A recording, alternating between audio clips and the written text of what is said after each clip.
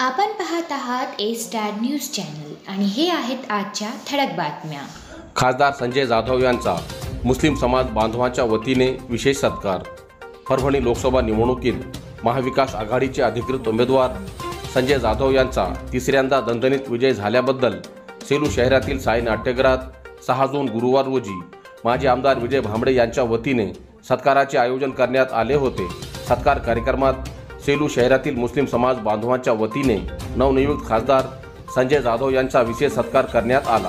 यावेळी सेलू नगरपालिकेचे माजी नगरसेवक अब्दुल वहीद भाई अन्सारी, माजी नगरसेवक अब्दुल मजीद भाई बागबान, हाजी सईद भाई घौरी, सैयद मकसूद रब्बानी, हाजी महमूद कुरैशी, शेख अजीम बागबान, माजी नगरसेवक सैयद मन्नान भाई, माजी नगरसेवक शेख मुश्ताक अहमद, माजी नगरसेवक सैयद मुश्ताक रब्बानी, माजी नगरसेवक शेख कौसर भाई गुत्तेदार, माजी नगरसेवक सैयद मुजफ्फर अली, माजी नगरसेवक शेख अब्दुल नईम बागबान, बेलदार समाज सेवा मंडळाचे परभणी जिल्हाध्यक्ष शेख कलीम भाई बेलदार, शेख अब्दुल खयूम बेलदार, शेख अहमद बेलदार, सैयद नियाज भाई, माजी नगरसेवक अज्जू कादरी, गौस लाला भाई, परवेज सौदागर, तौफीक सिद्दीकी, मुन्ना भाई, शेख समीर उर्फ गुड्डू भाई, आसिफ कुरैशी, सैयद मुश्ताक, काँग्रेस पक्षाचे सेलू शहराध्यक्ष शेख दिलावर, लालू कुरैशी, शेख इर्शाद यांच्यासह अखिल भारतीय सेलू तालुका मराठी पत्रकार संघाच्या वतीने पत्रकार संघाचे माजी अध्यक्ष तथा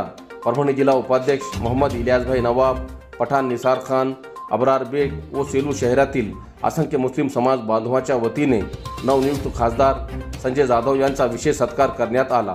निवडणूक दरम्यान ए स्टार न्यूज चॅनलच्या माध्यमातून बातमी प्रसारित करण्यात आली होती की परभणी लोकसभा निवडणुकीत उमेदवाराचा विजय मुस्लिम मतावर निर्भर आहे। ही बातमी खरी ठरली असून परभणी लोकसभा निवडणुकीच्या इतिहासात पहिल्यांदाच मुस्लिम समाज बांधवांच्या वतीने महाविकास आघाडीचे उमेदवार खासदार संजय जाधव यांना एकतर्फी मतदान करण्यात आल्यामुळे खासदार संजय जाधव हे 1,33,000 एवढ्या मताधिक्याने विजय झाले एवढे मात्र खरे।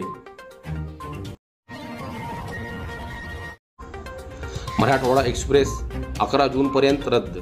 दक्षिण मध्य रेल्वे विभागाच्या नांदेड विभागातील रोलिंग कॉरिडोर ब्लॉकमुळे धर्माबाद मराठवाडा एक्सप्रेस जालना ते मनमाड दरम्यान आणि मनमाड ते औरंगाबाद दरम्यान रद्द करण्यात आली आहे। 7 जूनपासून 1768 धर्माबाद मनमाड एक्सप्रेस 11 जूनपर्यंत जालना ते मनमाड दरम्यान रद्द करण्यात आली आहे, तर 17687 मनमाड धर्माबाद 11 जूनपर्यंत मनमाड ते औरंगाबाद दरम्यान रद्द करण्यात आली आहे। दरम्यान नांदेड ते निजामुद्दीन 12753 हे रेल्वेगाडी या कालावधीत उशिराने धावणार असल्याची माहिती रेल्वे विभागाच्या अधिकाऱ्यांनी दिली आहे। केहाड तांडा शिवारात बिबट्याच्या हल्ल्यात शेतकरी गंभीर जखमी। जिंतूर तालुक्यातील केहाड तांडा शिवारात बिबट्याने शेतकऱ्यावर हल्ला केल्याची घटना आज दिनांक 7 जून शुक्रवार रोजी सकाळी 5 वाजेच्या सुमारास घडली। हल्ल्यात शेतकरी गंभीर जखमी झाल्याने त्यास प्राथमिक उपचारानंतर जिल्हा सामान्य रुग्णालयात उपचारात दाखल करण्यात आले आहे। बिबट्याचा तत्काळ बंदोबस्त करा म्हणून आक्रमक ग्रामस्थांनी रुग्णालय व पोलीस ठाण्यात एकच गर्दी केली होती। केहाड तांडा शिवारात सुभाष सकाराम जाधव हे सकाळी गाईचे दूध आणण्यासाठी एकटेच आपल्या शेतातील आखाड्यावर सकाळी 5 वाजता गेले। बिबट्याने त्यांच्यावर अचानक हल्ला चढविला। या हल्ल्यात शेषराव जाधव हे जखमी झाल्याने ग्रामस्थ नागरिकांनी त्यांना जिंतूर ग्रामीण रुग्णालयात उपचारासाठी दाखल केले असता डॉक्टरांनी त्यांच्यावर प्राथमिक उपचार करून पुढील उपचारासाठी परभणी जिल्हा रुग्णालयात उपचारासाठी पाठवले।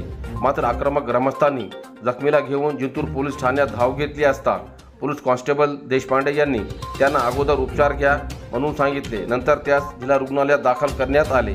जिंतूर तालुक्यात बराच मोठा भाग डोंगराळ असल्याने या भागात मागील महिन्यापासून वन्य प्राण्यांच्या हल्ल्यात वाढ झाली आहे। यापूर्वी देखील या परिसरात बिबट्याने शेतकरी व पशुधन वर हल्ले केले। या बाबतीत स्थानिक शेतकरी व नागरिकांनी वन विभागाला अनेक वेळा माहिती देऊनही वन विभागाने याकडे दुर्लक्ष केले आहे।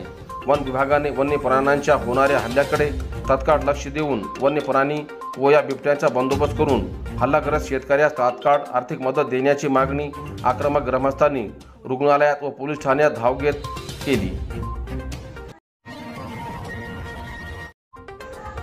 मोजामाबाद परिसरातील दारू विक्री बंद करण्याची महिला मंडळाची मागणी।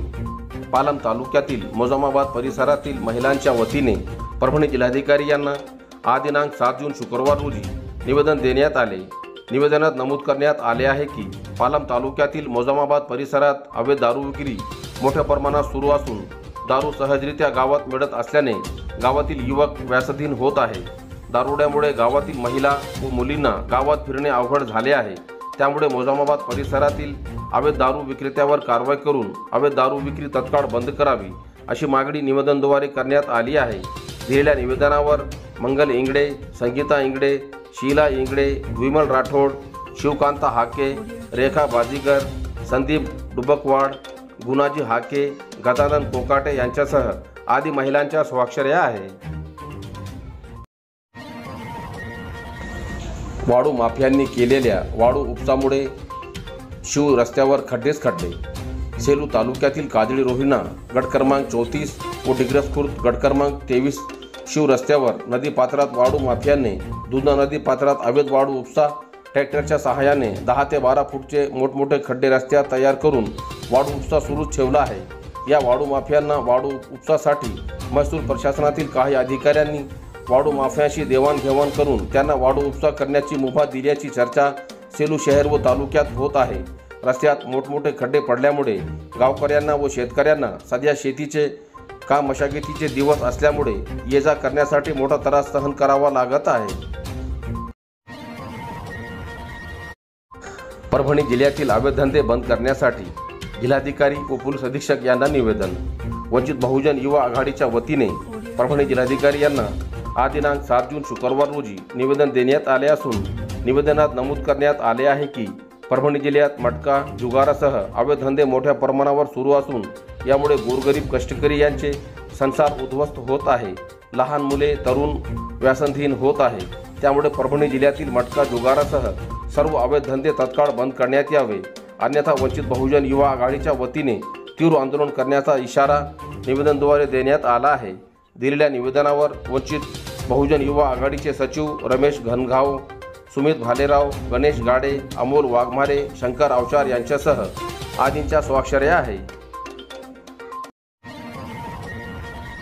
सेलू शहरात किड्यांच्या हैदोसाने नागरिक हैराण।